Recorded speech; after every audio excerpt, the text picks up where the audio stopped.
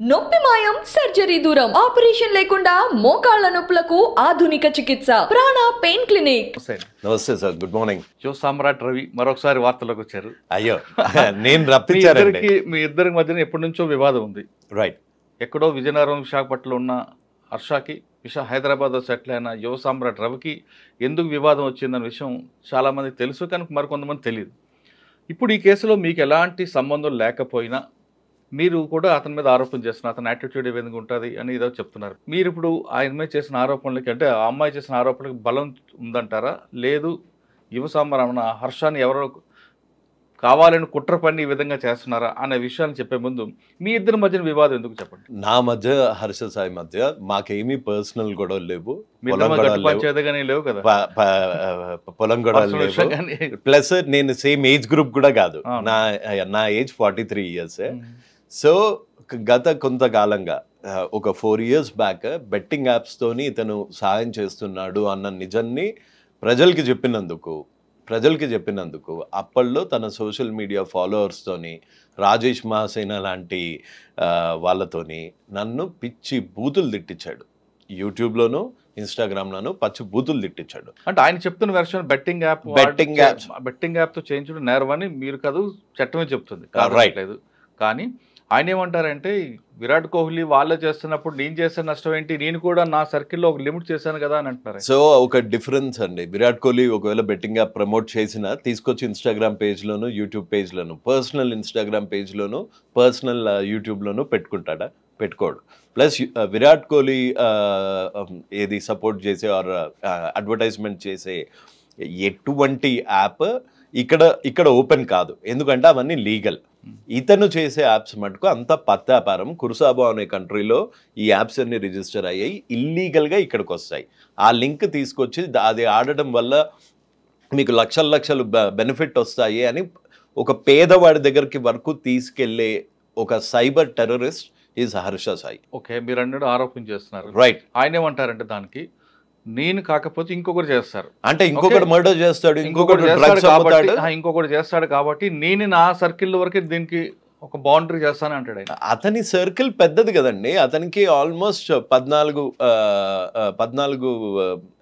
14 million plus subscribers ఉన్నారు. అంటే 1,40,00,000 అందులో మెజారిటీ పూర్ విలేజర్స్. ఎవరైతే అమాయకులు, ట్రైబల్ పీపుల్ ఎవరైతే అమాయకులు అక్కడే తన వీడియోలు ఉంటాయి, కానీ సిటీస్లో ఉండవు. ఎందుకంటే సిటీస్లో ఇతన్ని చూస్తే దొంగ అన్నది క్లియర్ అయిపోతుంది. అట్లీస్ట్ 10th క్లాస్ అన్న ఇంటర్మీడియట్ అన్న చదువుకున్న వాడికైతే ఇతన్ని చూస్తే ఈ హర్ష సాయి అనేవాడు దొంగ, నీకు ఈ ట్రాన్స్ఫర్లు వచ్చిన ఈ రోజుల్లో డబ్బులు కట్టల్లాగా పట్టుకొని వెంట్రుక తీసినందుకు కట్టలు ఇవ్వాలి, దాన్ని వీడియో చేయాలి, దాని వెనకాల ఒక బ్యాక్గ్రౌండ్ మ్యూజిక్ పెట్టాలి, మేఘం ఉరిమింది, వర్షం కురిసింది, ఇవన్నీ చేస్తాడు, ఇవన్నీ చెయ్యాలి. ఇంత డ్రామటైజ్ చేస్తే బేసిక్ చదువుకున్న వాడికి ఎవరికైనా, అంటే ఒకళ్ళకి తప్ప, అది మన తాటికొండ చిరంజీవి గారికి తప్ప ప్రతి ఒక్కరికి ఇతను number 1 polished cold blooded criminal అన్నది అర్థమైపోతుంది. అండ్ ఇవాళ వచ్చిన ఇష్యూ ఏంటి, ఇవాళ ఒకవేళ ఆయన డబ్బులు మీరు గ్యాంబ్లింగ్ చేసి తీసుకొచ్చాడు బెట్టింగ్ యాప్లతో అనుకుందాం, వచ్చిందా డబ్బుల్ని పేదవాళ్ళు పంచుతున్నాడు కదా మీకు. ఇప్పుడు నేను మర్డర్ చేసి వచ్చి పేదవాళ్ళకి చంపుతూ వీడియోలు చేస్తా, నేను చేసిన తప్పు ఒప్పు అయిపోతుందా? కాదు. సో అంతే, డ్రగ్స్ అమ్మిన డబ్బులతో సాయం చేస్తే అది సాయం అనిపించుకుంటుందా? ప్లస్ ఇంకొకటి ఏంటి, జనాలు ఎవరన్నా ఇప్పుడు వీరప్పన్ లాంటి వాళ్ళు కూడా ఎంతో కొంత ఎవరికో ఒకరికి పేదవాళ్ళకి హెల్ప్ చేశారు. ఇతను చేసేది ఏంటి, ఇతను చేసే తప్పే. ఇతను ఒక తప్పు చేయడానికి గురించి మంచి పని చేసినట్టు యాక్ట్ చేస్తున్నాడు మాత్రమే. అతన్ని చూడండి, అతని బ్యాంక్ స్టేట్మెంట్ తీయండి, నేను మీకు పంపించిన ఇన్వాయిస్ తీయండి. 30 సెకండ్లకి ₹1,00,00,000 తీసుకునే హర్ష సాయి ఎంత సేవ చేస్తాడు. అతని నెలలు ఐటీసీ కోహినూరులో ఉంటాడు, ఎవరెవరు విజిటర్స్ వస్తారు, ఏ రష్యన్ వస్తుంది అక్కడికి, ఆ సీసీటీవీ ఫుటేజ్ అంతా తీయండి, అతనున్న సీసీటీవీ ఫుటేజ్ అంతా తీయండి. ఆయన కమిషనర్ ఆఫీస్లో కెమెరాలు తీసుకొని వెనకాల అందరికీ మాస్కులు పెట్టి వెళ్ళగలిగే హర్ష సాయి అబ్స్కాండింగ్లో ఉంటే ఎవరు పట్టుకోలేకపోతున్నారు పాపం. అబ్స్కాండింగ్ మీరు అంటున్నారు, కానీ వాళ్ళ మనుషులు మాత్రం ఖచ్చితంగా ప్రజల మధ్య ఉన్నాడు, అవసరమైనప్పుడు పోలీస్ స్టేషన్కి వస్తాడు. అంటే అసలు ఒక కంప్లైంట్, ఎఫ్ఐఆర్ ఒక రేప్ రేప్ చేసిన అక్యూజ్డ్ ప్రజల మధ్యలో ఉంటే అతని గురించి ఆడియో లీకులు వస్తుంటాయి. అసలు ఆడియో లీకులు ఎట్లా వచ్చాయండి? ఆడియో లీకులు ఒక అమ్మాయి అంటే రేపొద్దున వాళ్ళిద్దరు లేకపోతే ఇంకో అమ్మాయి, ఈ అమ్మాయే ఇంకొకళ్ళతోని కన్సెంట్తోని ప్రైవేట్ వీడియో ఉంటుంది. ఆ వీడియో వీళ్ళ టీం పంపించేస్తే ఓకేనా? అలా ఎంతమంది ఆడపిల్లల జీవితాలు ఉన్నాయి ఆ హార్డ్ డిస్క్లో. అంటే ఆయన చెప్తున్నట్లుగా అందులో అమ్మాయి అతనికి ప్రేమిస్తుంది, అదే అమ్మాయి అతన్ని ప్రేమిస్తుంది, ఆ అమ్మాయిని ప్రోత్సహించింది అనే విషయాన్ని చాలా క్లియర్ గా ఇతను ఎలా పసిగట్టాడు? ఇతను వేరే ఫోన్ తోని, వాట్సాప్ కాల్ రికార్డ్ కాదు కాబట్టి వేరే ఫోన్ తోని దాన్ని రికార్డ్ చేయాల్సినంత దిక్కుమాలిన బతుకెందుకు బతుకుతున్నాడు? అంటే ప్రపోజ్ చేసేటప్పటి నుంచే ఆ అమ్మాయి మీద అనుమానం ఉందా? నిన్ను నమ్మి నీతో సినిమా తీస్తాను అని వచ్చిన అమ్మాయి ఫోను నువ్వు ఫస్ట్ డే నుంచే రికార్డ్ చేస్తున్నావు, ట్యాప్ చేస్తున్నావు అంటే నువ్వెంత పెద్ద క్రిమినల్. నీ ఇంటెన్షనే రాంగ్. నువ్వు ఆ అమ్మాయిని ఇరికిద్దాము అని అనుకున్నావు కాబట్టి నీ దగ్గర ఇన్ని ప్రూఫ్స్ ఉన్నాయి. నువ్వు ఆ అమ్మాయిని వాడుకొని వదిలేద్దాము అని అనుకున్నాడు కాబట్టే ఆ అమ్మాయి ప్రతి కాలు రికార్డు చేసుకొని ఇప్పుడు నేను మిమ్మల్ని బెదిరిస్తున్నానండి, నేను మిమ్మల్ని బ్లాక్మెయిల్ చేయాలనుకుంటున్నాను. సో నేను ఆబ్వియస్గా అందులో ఏమని మాట్లాడతాను? నాకు ఇష్టం లేదు, లేకపోతే నేను ఆ తప్పు చేయలేదు అని మాట్లాడతాను. అంతేగాని నేను కూడా అక్కడ ఏంటి మన ఇద్దరం ఇట్లా చేసాం కదా అట్లా చేసాం కదా అని మాట్లాడగానే నా తప్పు వచ్చేటట్టు నేను ఎప్పుడన్నా రికార్డ్ చేసుకుంటానా? సో వాడి రికార్డింగ్స్ పట్టుకొని అదేదో పెద్ద ప్రూఫ్ అన్నట్టు చాలా మంది విర్రవీగుతున్నారు. అది ప్రూఫ్స్ కాదు, అది వాడు చేయాలనుకున్న తప్పు చేసేసాడు. ఆ అమ్మాయిని రేప్ చేయాలనుకున్నాడు, చేసేసాడు. ఆ అమ్మాయికి మత్తు మంది ఇచ్చి నూడుగా వీడియోలు తీయాలనుకున్నాడు, చేసేసాడు. సేఫ్ సైడ్లో ఏమి ఉండాలి? ఇతనికి అగేన్స్ట్గా ఏ సాక్ష్యం ఉండకూడదు, అందుకని రికార్డ్ చేసి పెట్టుకున్నాడు. అదే జరిగింది అనుకుందాం. మీరే ఒక్కసారి ఆలోచించండి సార్. లేదు, నేను మీ వైపే మాట్లాడుతున్నా. అది కరెక్ట్గా మీరు చెప్పింది వాల్యుబుల్ పాయింటే. ఆ అమ్మాయితో నిజంగా లవ్ అఫైర్ ఉంది అనుకుందాం, లేదా అమ్మాయి ప్రపోజల్ పంపింది అనుకుందాం. స్టార్టింగ్ ఫ్రమ్ ద బిగినింగ్ వచ్చినప్పుడు నిజంగా ఆయన ప్రేమికుడు కాదో అని ఉన్నప్పుడు సున్నితంగా తిరస్కరించవచ్చు, లేదంటే ఏదో ఇష్యూ చేయొచ్చు. అంటే కానీ అప్పటి నుంచి ఎవిడెన్స్ బిల్డప్ చేసుకున్నాడు అంటే కొంచెం నెగిటివ్ ఉంది మైండ్ సెట్ లో అర్థం అవుతుంది. అసలు ఇదంతా ఈ అమ్మాయికి తెలియకుండా వాడి ట్రాప్ లో పడిపోయింది. రైట్ అండి, ట్రాప్ చేశాడు అమ్మాయి. రైట్, నేను ఆ అమ్మాయి వైపే ఇప్పటికీ మాట్లాడతా. కానీ ఇన్సిడెంట్ జరిగింది 2023లో, లాస్ట్ ఇయర్. మరి అప్పుడే కంప్లైంట్ ఇవ్వకుండా ఎందుకు 1 year వరకు ఆగిందా సార్? ఒక అమ్మాయికి అబ్బాయికి మధ్యలో రేప్ అయ్యిందా? వాళ్ళు ఏ టర్మ్స్లో ఉన్నారు? మంచి టర్మ్స్లో ఉన్నారా, చెడ్డ టర్మ్స్లో ఉన్నారా? ఇంకా బెదిరించాడా, బెదిరించలేదా? ఇప్పుడు జానీ మాస్టర్ గారి కేసులో చూసుకుంటే 4 ఏళ్ళకి వచ్చింది, ఇంకా 10 ఏళ్ళకి వచ్చిన కేసెస్ కూడా ఉండొచ్చు. అలా ఇక్కడ హర్ష సాయి అనే అతన్ని విక్టిమైజ్ చేయట్లేదు.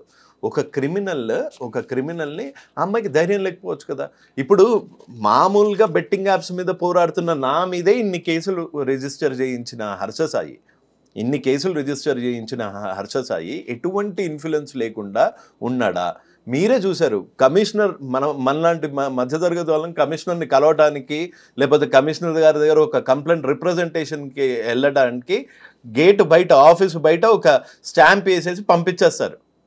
అలాంటిది ఓ కెమెరా పెట్టుకొని, ఓ సూటు బూటు వేసుకొని, బుడబుక్కలు అదోలాగా వెనకాల అందరిది మాస్కులు వేయించుకొని అంత దర్జాగా దానికి బ్యాక్గ్రౌండ్ మ్యూజిక్ ఏదో కింగ్ వస్తున్నట్టు టా అనుకుంటూ లోపలికి వెళ్ళి ఆ దిశా దివ్యాంగ్ది పెట్టి వైజాగ్లో పెద్ద సభ పెట్టి అంతమంది. అసలు ఫస్ట్ ఆఫ్ ఆల్ ఇవన్నీ కాదు సార్. దిశా దివ్యాంగ సురక్ష బ్రాండ్ అంబాసిడర్ MOU అంటే మెమరాండం ఆఫ్ అండర్స్టాండింగ్ ఎందుకు రద్దు చేశారు? ఆ రద్దు చేసిన విషయం ఎందుకు బయట పెట్టలేదు? ఆ వీడియోలన్నీ ఎందుకు తీసేశాడు? అతని పేజ్లోనే కాదు, అతని ఫ్యాన్ పేజ్లో కూడా దిశా దివ్యాంగ సురక్ష. ఏం దిశా దివ్యాంగ సురక్ష ఎక్కడుంది? నువ్వు అసలు అది ఆ మెమరాండం ఆఫ్ అండర్స్టాండింగ్ ఎందుకు క్యాన్సిల్ అయ్యింది, ఇది క్యాన్సిల్ అయ్యింది అని కూడా చెప్పకుండా నువ్వు ఎందుకు తిరుగుతున్నావు? ఈయన దగ్గర నాకు తెలిసి కమిషనర్ గారిని కూడా మిస్లీడ్ చేసి ఉంటాడు. ఆయన ఆడియో కూడా ఏమన్నా పెట్టుకొని బ్లాక్మెయిల్ చేసినా చేస్తాడు. అంత పెద్ద బ్లాక్మెయిలర్ హర్ష సాయి. అంటే వైజాగ్ లో కమిషనర్ గారితో ఎంఓయూ అనేది క్యాన్సిల్ అయింది. అయితే అవి ఈయన బ్యాక్గ్రౌండ్ తెలిసి ఆయన ఏమైనా క్యాన్సిల్ చేస్తుండొచ్చు కదా. ఇతని బ్యాక్గ్రౌండ్ తెలిసి ఆయన క్యాన్సిల్ చేసి ఉండొచ్చు. డెఫినెట్ గా ఇతని బ్యాక్గ్రౌండ్ తెలిసి, ఎవరన్నా ఇతని బ్యాక్గ్రౌండ్ తెలిస్తే ఇతనికి జనాల్లో ఆదరణ తగ్గిపోతుంది. He's a serial offender, he's a rapist, he's a womaniser, he's a cheat, he's a criminal. లేకపోతే ఈ క్రిమినల్ ఐడియాస్ రావు. డబ్బులు పంచుతున్నట్టు చేసి వీడియోలు పెట్టడము, ఆ డబ్బులు సహాయం చేస్తున్నట్టు వీడియోలు పెట్టి దాని చాటున బెట్టింగ్ యాప్స్ని ప్రమోట్ చేయడము. హీఈస్ ఎ సీరియల్ క్రిమినల్, ఒక సైకోపాత్. ఇంకొక మేజర్ ఎవిడెన్స్ చూడండి. ఒక యాక్ట్ని ఆయన తరఫున ఇప్పుడు ఎవరో చిరంజీవి గారంట ఎవరో అడ్వకేట్ వచ్చారు. ఆయన అసలు వకాలత్ ఏం చూసి తీసుకున్నారో తెలియదు. ఇక్కడ ఇది తెలంగాణ గేమింగ్ యాక్ట్. ఈ తెలంగాణ గేమింగ్ యాక్ట్లో కంప్లీట్లీ ఎరాడికేట్ 5.7 ప్రకారం 5.7 ప్రకారము కంప్లీట్లీ ఎరాడికేట్ చేసింది. ఇది తప్పు కంప్లీట్లీ ఎరాడికేట్ చేసింది the మినస్ of gambling due to it's is and access to the access and wide solicitation. Several people, the youth in particular, are being addicted to online gaming when played for stakes, etc. And police can apprehend with or without warrant.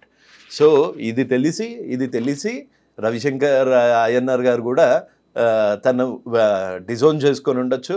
Memorandum of అండర్స్టాండింగ్ని ఎంఓయూని రద్దు చేసుకొని ఉండొచ్చు.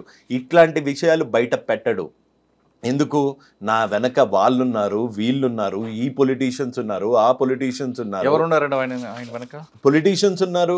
ఇవన్నీ claim చేసుకుంటాడు అతను. అంటే ఆయన చెప్పుకోవడానికి 100 చెప్పుకోవచ్చు, కానీ ఎవరు ఆయనకి సపోర్ట్గా రావట్లేదు. నాకు తెలిసి ఈ ఇన్సిడెంట్ తర్వాత నా నమ్మకం ఏంటి అంటే, ఎంత పెద్ద ఇన్ఫ్లుయెన్స్ ఉన్నా ప్రతి ఒక్కళ్ళు హర్ష సాయి అనే అతన్ని డిజోన్ చేసుకుంటారు. డిజోన్ చేసుకునే మూమెంట్ వచ్చేసింది. సో అందుకని ఇంకా తప్పించుకోలేడు. కానీ ఇప్పుడు మీరు చెప్తుంది అదొక ఆరోపణ ఉంది కదా చెప్తున్నారు. ఇప్పుడు ఇంత జరిగింది, నార్సింగ్ పోలీసులు రేప్ కేసు జరిగిన తర్వాత కూడా ఆయన ఫాలోవర్స్ ఎవరు కూడా నమ్మట్లేదే. ఇది ఒక చిన్న పిక్చర్ అండి. అతని ఫాలోవర్స్ ఇంకా అతను ఇస్తున్న మత్తుమందులో ఉన్నాడు. ఈ ఆడియో రికార్డులు ఇవేవి కోర్టులో అడ్మిసబుల్ ఎవిడెన్స్ లాగా ఉండవు.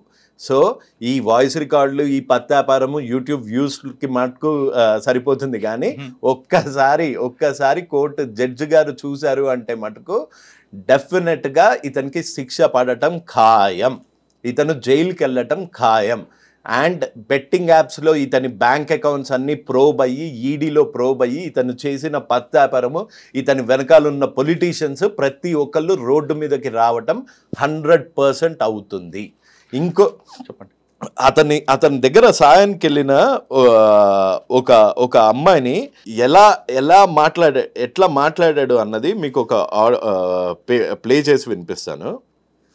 వాడు బ్రోకర్ నా కొడుకు సార్, నిజంగానే వాళ్ళు చీప్ గా మాట్లాడతాడు సార్. వాడు లేడీస్ కి కొంచెం కూడా రెస్పెక్ట్ అనేది లేదు సార్ వాడి దగ్గర. అంటే మీరు ఆ అమ్మాయి చెప్తున్నట్లు ఆరోపణలో నిజమే ఉండొచ్చు, కానీ ఇంకొక పార్ట్ తీసుకుంటే. ఒక్క నిమిషం. నా పేరు వచ్చి గులాబ్ జాన్ అండి. వీడియోస్ అన్ని చూసి పూర్ పీపుల్స్ కి హెల్ప్ చేస్తున్నారని నేను, మా అక్క, మేమందరము ఆర్కే బీచ్కి వెళ్ళాము.